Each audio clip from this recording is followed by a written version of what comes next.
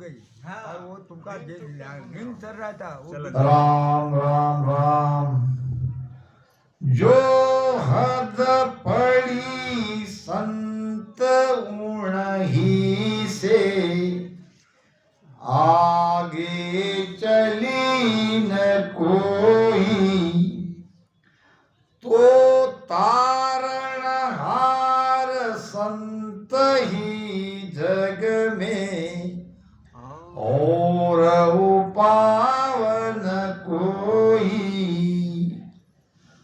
अब हद पड़ना यानी क्या? जो हद पड़ी संत उन्हीं से। संतों के जाने के बाद दूसरा संत जब तक नहीं आते तब तक बीच का जो गैप है वो है हद। ये हद नहीं, हद यहाँ त्रिकुटी की भी कहते हैं।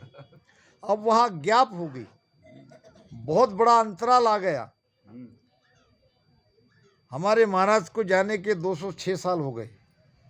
ये 206वीं 6वीं मोक्ष तिथि थी। तो अब वो कला चल रही है, वो सत्ता चल रही है, इसलिए हमको कुछ लग नहीं रहा है। जब आप कितना भी सांसों सांस में भजन कर ले, निरंतर जगेगा ही नहीं, तब आपको सोचना पड़ेगा कि भाई ये क्या हो रहा है। अब ये तो महाराज की सत्ता चल रही है, हम सब सत्ता में है, ये महाराज की सत्ता है। कि हम आपको कितना भी भजन बताएंगे, हमारी सत्ता नहीं है वो। महाराज ने जो भेद बताया है, सत्ता किसको कहते हैं? सत्ता उसे कहते हैं आज भी वो जीवित हो, आज भी वो H2O, हाइड्रोजन 2 मात्रा और ऑक्सीजन 1 मात्रा, दोनों को मिलाए तो पानी होता है। यह है सिद्धांत, यह है सूत्र। यानी इसी प्रकार सांसों सांस में प्रेम से राम राम सुमिरन करते हो तो सत्ता जग रही है, वो तो हमारी नहीं है, वो सदगुरु सुखराम जी महाराज की सत्ता है। हम तो उनके नौकर चाकर बन के आपको बता रहे हैं। अगर ये बात हम पर लेते हैं तो ये गलत है। हमारी सत्ता यानी हमारा कोई अलग भेद रहेगा, हमारा कोई अलग शब्द रहेगा, और तब जगेगा तो कहेंगे कि ये हमारी सत्ता है। ये तो हम उस मालिक की ही गुणगान कर रहे हैं, उसी की महिमा कर रहे हैं, और उसी की सत्ता से सांसों सांस के भेद से ये जीव जागरूक हो रहे हैं। इसलिए सत्ता किसकी चल रही है? सदगुरु सुखराम जी महाराज की आज भी चल रही है। अगर मान लो बीच में ये सत्सबद जगह ही नहीं, किसी भी गांव में किसी भी रामसनी के अंदर ये कुदरत कला जग नहीं रही, तो क्या कहेंगे? अब हद पड़ गई, अब वो सत्ता चली गई, तो क्या करोगे? जो हद पड़ी संत उन्हीं से आगे चली न कोई, तो तारनहार संत ही जग में और उपावन। अब आपको वैसा संत जब जगत में नहीं आते तब तक रुकना पड़ेगा। तब तक आप जीवित रहे तो ठीक है, नहीं तो गए तो चले गए। दूसरा कोई उपाय नहीं है। अगर ये कला नहीं जग रही है, निरंतर नहीं जग रहा है, तो समझ लो अगर कर ही नहीं रहे और नहीं जग रहा है तो बात अलग है। आप भजन करो, भजन में जो विधियाँ बताई है वो भेद से करो, उसमें प्रेम लाओ और उसमें भाव से भजन करो, सत्ता जगेगी। ये विश्वास के साथ भजन करना पड़ता है। अगर विश्वास नहीं है तो कुछ भी नहीं मिलेगा। सबसे पहले तो विश्वास चाहिए, भाव चाहिए। भाव और विश्वास से ये बढ़ती आगे बढ़ती है। एक छोटा सा दृष्टांत आपको बता दूं, पीछे भी बताया होगा, आज भी बता देता हूं कि ये कोई रस्सी पे चलने वाला एक कोई कलाकार था। ऐसी बांस पकड़ के रस्सी पे चलते हैं ना, तो हमने गांव-गांव में खेल देखे हैं पुराने ज़माने में। इधर से लकड़े गाड़ते हैं और दोनों लकड़े पर रस्सी बांध के कोई उसकी लड़की या कोई दूसरा चलता है, यहाँ से वहाँ, वहाँ से वहाँ। मगर ये खेल करने वाले का तरीका अजब था। वो बड़े बड़े सिटी में ये खेल करता था। अब सिटी में 2 मंजिला 3 मंजिला बिल्डिंग रहती है ना, अब 2-2 3-3 मंजिल की बिल्डिंग देखता था और ऊपर रस्सी बांधता था और ऊपर चलता था। अब कितना ऊंचाई पे, अगर नीचे गिर गया तो खत्म। उसमें भी और आश्चर्य की बात क्या थी, उसका था 3 बरस का 4 बरस का लड़का। वो लड़के को ऐसे कंधे पे बिठाता था और इस ओर से उस ओर जाता था। नीचे देखने वाले सबकी सांसें रुक जाती थी, ये भी गिर जाएगा, और उसने बच्चे को क्यों अपने कंधे पे बिठा के रखा है, बच्चा भी गिर जाएगा। अब वो तो खैर बड़ा है, उसको लगे कुछ मर जाए, मगर बच्चा तो जीवित ही नहीं रहेगा। तो बच्चे के लिए सब चिंतित रहते थे और अपनी श्वास रोककर वो खेल देखते थे। धीरे धीरे धीरे धीरे धीरे धीरे धीरे धीरे वो रस्सी पे चलते चलते उस बिल्डिंग पे चला जाता था और पहुंच गया। पहुंचने के बाद नीचे जो हजारों लोग थे तमाशा देखने वाले, सब तालियां बजाने लगे, आनंद आ गया। अब कोई कहने लगे इस कलाकार की महिमा करो, इसका सत्कार करो, इसको फूलमाला चढ़ाओ, क्या गजब का इसने खेल किया है। सब कहने लगे कि भाई आओ, हम तुम्हारा सत्कार करना चाहते हैं कि तुमने गजब का खेल किया, आज तक हमने देखा ही नहीं। तो उसने कहा देखो भाइयों, मैं एक बात आपको कहता हूँ। तो कहता कहो। क्या अगर मैं दोबारा यही खेल रिपीट करूं तो मैं ये कर सकता हूं या नहीं कर सकता हूं? तो लोगों ने कहा दोबारा तिबारा आप कब भी करो, आप आराम से रस्सी से इधर से उधर जा सकते हो, तुम्हारा विश्वास है? सब लोग कहने लगे बिल्कुल विश्वास है, पक्का विश्वास है, तुम कितनी भी बार खेल क्यों न करो, तुम अब गिरोगे नहीं, तुम्हारे अंदर वो कला है। उसने फिर भी पूछा विश्वास है? तो ठीक है, मैं दोबारा खेल करता हूँ। लोगों ने कहा करो। पहले हम डर रहे थे, मगर अब तो हमको पक्का विश्वास हो गया, हमने आंखों से देखा। आप आराम से रस्सी पे चल सकते हो। तो वो रस्सी पे वहाँ पे खड़ा रह गया और कहा कि भाई मैं आपको फिर से दोबारा एक बार पूछ रहा हूँ, सबको विश्वास है? तो सबने कहा हाँ है।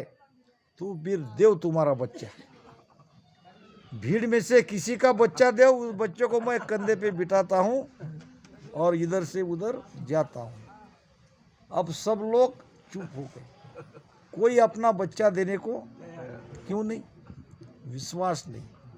विश्वास था, तुम्हारा बच्चा लेके तुम जा रहे हो तो विश्वास है, मगर हमारा बच्चा देने इतना विश्वास। भजन में यही चाहिए, भजन में दृढ़ विश्वास चाहिए, दृढ़ संकल्प के साथ आपको यही नाम तारने वाला है, ये भाव से अगर भजन करोगे तो ये नाम फलित होगा। पहले ही झटके में अगर विश्वास ही नहीं है, किसी भी काम में आप कोई भी काम करो, उसमें अगर आपका करने में विश्वास ही नहीं है तो उसका फल नहीं मिलेगा। तो निर्णय से भजन करो, विश्वास के साथ करो। समझो सकल नार नर आणी, पंत आगला त्यागो, वे सोई संत प्रगटे जग में, ताके चरणा लागो। अब महाराज ने क्या कहना बाकी रखा, सब कुछ तो कह दिया, खुला कर दिया ज्ञान। समझो सकल नार नरानी, हे स्त्री पुरुष, कौन से स्त्री पुरुष? ये कुदरत कला जगाने वाले, जिसके अंदर में कुदरत कला जगाने की चाहना है, ये सब समझो, आपके हमारे लिए कह रहे। समझो सकल नार नर आनी, पंथ आगला त्यागो। अब जिस पंथ में हो उस पंथ को छोड़ो। सालों उस पंथ में बीत गए, वो कला नहीं जगी, नियंत्रण नहीं आया, तो क्या करो? अब पंथ में रह के क्या करते हो? ये जन्म यूं ही चला जाएगा। वैसा ही संत, कैसा? वही कला जगाने वाला, वही ज्ञान देने वाला, वही भेद बताने वाला अगर संत आपको मिल जाए तो उस संत का पंथ मत देखो, वो संत के चरणों में जाओ। वैसा ही संत प्रगटे जुग में ताके चरना लागो। आपो खोज समझ सो कीजे, मैं उनमें हूँ भाया। आगे हंस तार जन ले गया, अब मैं तारन आया। देखो महाराज की महानता देखो। ये नहीं कह रहे महाराज कि मैं ही अकेला इस धरती पे आया हूँ जीवों को तारने के लिए। आगे हंस तार जन ले गया। कबीर साहब आए, दादू साहब आए, दरिया साहब आए, किशनदास जी महाराज आए, सबने अनंत जीवों को तारा, सबका उद्धार किया, मोक्ष में भेजा।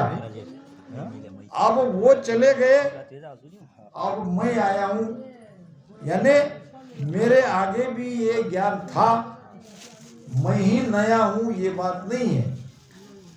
तो इसको ये आपा है, यानी मैं पना छोड़ के इसको समझो। आपको खोज समझ सो कीजिए। ये अहंकार को छोड़ो, मैं को छोड़ो, अपने आप को पहचानो, अपने स्वरूप को पहचानो, अपने अंदर उतरो। अब जो कोई इस भाव से भजन करेगा, महाराज कहते हैं कि मैं उनमें हूँ बाया, यानी अभी ये कला उनके अंदर जगेगी। आगे हंस तार जन ले गया, अब मैं तारन आया। दर्शन भेष जगत नर नारी, सब मुझ पासे आओ। राव रंग सकल कुतारो, आसत शरण संभाओ। महाराज सबको कह रहे हैं, 6 दर्शनियों को, भेषधारी को, सारा संसार को, सभी स्त्री पुरुष को, सबको कह रहे हैं, सब मुझ पासे आओ, मेरे पास आओ। मेरी शरण हंस द्वारे, मेरी शरण हंस द्वारे। से आनंद पद बांधा और सकल पिसतासी, बांधा और सकल पिसतासी। मुझ पास से आने का मतलब महाराज की शरण में आना। अब महाराज तो नहीं है, फिर किसके शरण में जाओगे? महाराज की सत्ता की शरण में जाओ, महाराज के ज्ञान के शरण में जाओ। महाराज की सत्ता, महाराज कहते हैं आ सत्य शरण समाओ, सत्ता की शरण में समाओ। सत्ता आपको तारेगी, सत्ता चल रही है। राव रंग सकल कुतार, सत्ता राव नहीं देखती है, सत्ता रंग नहीं देखती है, सत्ता भाव देखती है। एक कोई संत थे और उनकी महिमा थी कि वो प्रेम बांटते। एक व्यक्ति को प्रेम की आवश्यकता थी, गया संत के पास, चरण स्पर्श किए और हाथ जोड़ के कहा विनम्रता से कि महाराज मैं प्रेम लेने के लिए आया हूँ, मुझे भी प्रेम चाहिए। मैंने सुना है कि आप प्रेम बांटते हो, आपके पास प्रेम है। गुरु ने कहा आपने सही सुना, मैं प्रेम बांटता हूँ, और बहुत लोगों को मैंने प्रेम दिया है, आपको ही मैं देता हूँ। वो कहने लगा, तो क्या लाए हो? प्रेम के बदले में तुम क्या देना चाहते हो? क्या लाए हो? उसने कहा, मैंने तो कुछ भी नहीं लाया, मुझे ये पता ही नहीं है प्रेम के लिए भी कुछ देना पड़ता है। परमात्मा के प्रति प्रेम पाना चाहते हो और खाली हाथ आए हो? जाओ लेके आओ। दूसरे दिन जाके एक सूटकेस में पैसा लेके आया। महाराज ये लो, क्या लाए हो? ये पैसा तुमने तो कहा था। क्या लाए हो? तो मैं ये धन ले आया हूँ। ये कागज को फेंको। फिर क्या चाहिए? अपने आप को समर्पित करो। जब तुम अपने आप को समर्पित नहीं करोगे, ये प्रेम प्रकट नहीं होगा। महाराज कहते हैं, मैं राव को भी तारता हूँ, रंकों को भी तारता हूँ। शरण आए, जो शरण में आएगा उसका उद्धार होगा। शरण आयोड़ा कोई नहीं डूबा, सदगुरु शरणे आए के हो, डूबे सुनो नहीं कोय। मगर जाना पड़ेगा जो देने वाला दाता है उसके शरण में। ये एक सेठ जी थे, सेठानी को लेके मेले में गए। पुराने जमाने में मेला, बड़े बड़े मेले होते थे। अब मेले में बहुत भीड़ थी। सेठानी सेठ का हाथ पकड़ के चल रही थी, हाथ छूट गया। सेठ सेठानी दोनों अलग हो गए। सेठ जी ने अपनी पत्नी को बहुत ढूंढा, सेठ जी नहीं मिली, सेठानी नहीं मिली। फिर आदमी थक हार कर भगवान की तो पास जाता है। पास में भगवान श्री राम का मंदिर था। मंदिर में गया, पुजारी ने आके उनके सामने थाली बता रख दी।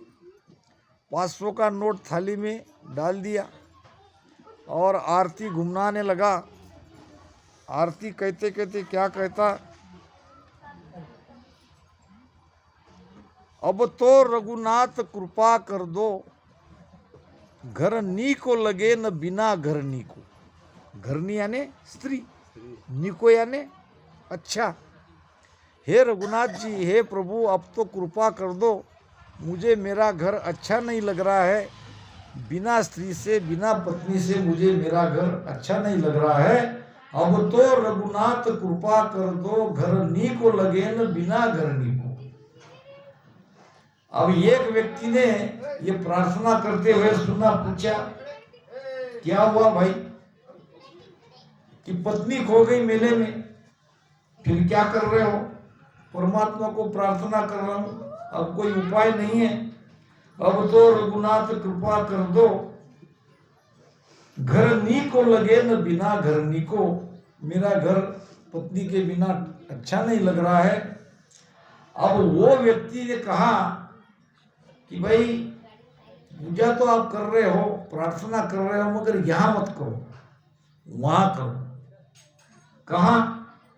वहां हनुमान जी का मंदिर है, उनके सामने प्रार्थना करो। कपिराज से प्रीत विनीत करो, फिर से मुख देख सको पत्नी को। कपिराज यानी क्या?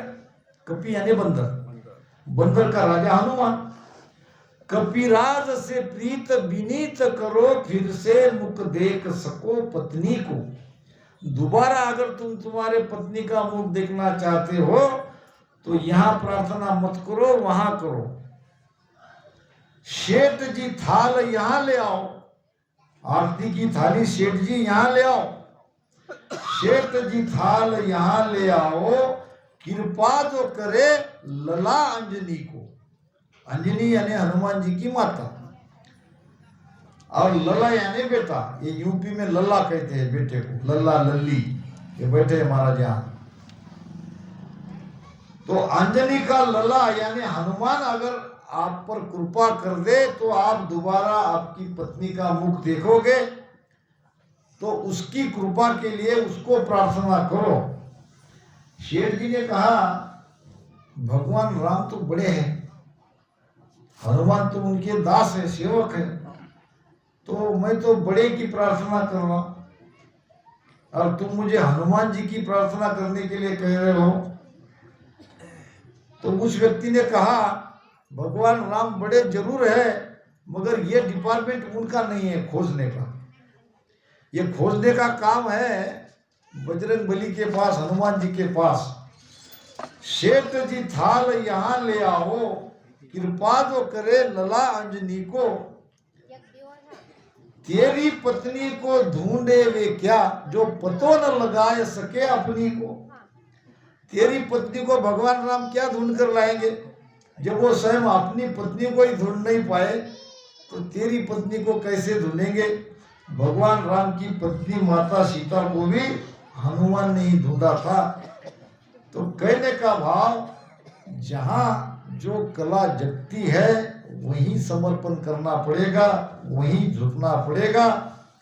सुको मति सत कर मानो, जे आनंद पद चाहो।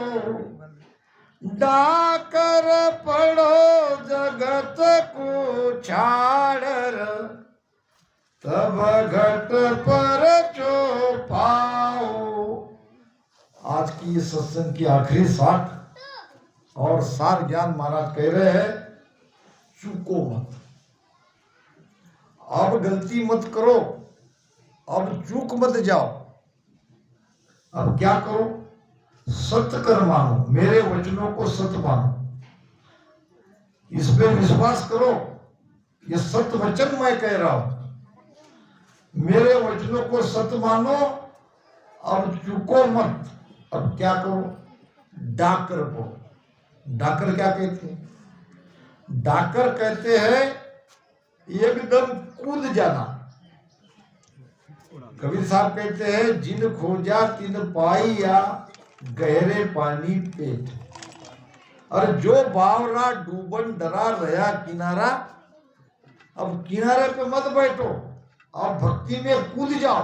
बहुत हो गया संसार, बहुत कुछ कर लिया, बच्चे हो गए, बच्चे की शादी ब्याह हो गई, नाता नाती सब देख लिया, अब कूद जाओ। डाक कर पढ़ो जगत को छाड़। अब संसार से हट जाओ, संसार को छोड़ दो। एक व्यक्ति था बूढ़ा 60 साल का, और अपने पोते को गोद में खिला रहा था, और पोता उसके दाढ़ी को हाथ लगा रहा था, कहता था बाबा बाबा बाबा। वहां से एक संत आए, इस व्यक्ति ने पूछा, राम राम संता जी।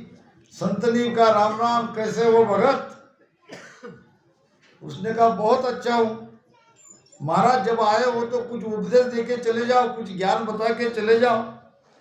संत ने कहा ज्ञान तो तुम्हारा पोता ही दे रहा है, वो तो कह रहा है तुमको बाबा बाबा बाबा, यानी बाबा बन जाओ, बाबा बन जाओ। आदमी बहुत होशियार था।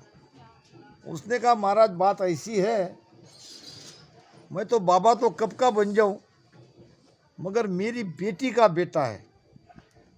जब मैं उसको गोद में बिठाता हूं तो वो कहता है नाना नाना नाना, यानी मत बनो।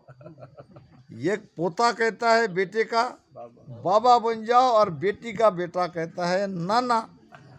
अब वो तो नाना ही कहेगा। इसने उसका अर्थ इस तरह से लिया कि वो मुझे कहता है कि नाना नाना, यानी बाबा। तो आदमी अपनी अकल बराबर चला लेता है। महाराज कहते हैं कि इससे काम नहीं होगा, यहाँ होशियारी नहीं चलेगी। कूद जाओ, भक्ति में कूद जाओ, आपका भला ही भला होगा। इसमें किसी भी एंगल से कहीं भी नुकसान नहीं है, सब तरह से फायदे में हो। जारी महिमा ईत में तारी उत ही होए, अरे इत उत में सुखराम कहे फेर फार नहीं हुए। यहाँ आपकी महिमा हो रही है, यहाँ आपको साधु बुआ कह रहे, यहाँ आपको बापू कह रहे, तो वहाँ भी आपको यही कहेंगे। तो ये कहना के लिए संसार में मत उलझो, संसार को छोड़ो, अंदर से निकालो संसार को, और भक्ति में लग जाओ। सुको मति सत्य कर मानो, जय आनंद पद चाओ। और डाकर पड़ो जगत को छाड़र, तब घट परचे पाओ। तो एकाएक कूद जाओ, इसमें लग जाओ, तब घट में पर्चा आएगा, नैनचर जगेगा। इन्हीं शब्दों के